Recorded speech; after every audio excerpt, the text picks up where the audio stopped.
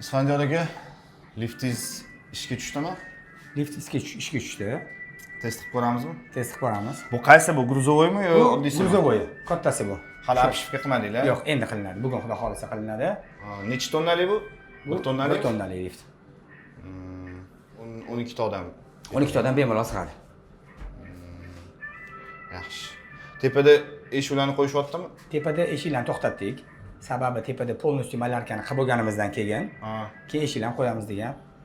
Nimaga parallelni qilib turmadinglarmi? Yo'q, parallelni qiladigan bo'lsak, malarka eshiklarni ustiga tegib, dog' qoldirib, Yomon bo'lib ketadi. yomon bo'lib Atak eshiklar kelib bo'lgan, olib chiqib tashladi tashlaga. Hammasi eshiklar turibdi. Malarkangiz necha kunda tugaydi?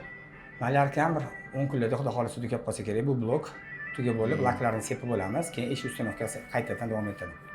Bo'ldi. Hozir test qilib ko'ramizmi? Test qilib ko'ramiz. Ketdi. 13tasi chiqdi. Yaxshi kattagina ekan. Lift katta gruzovoy, 1 tonnali. 10 kishi emas, 13 ta personali bu.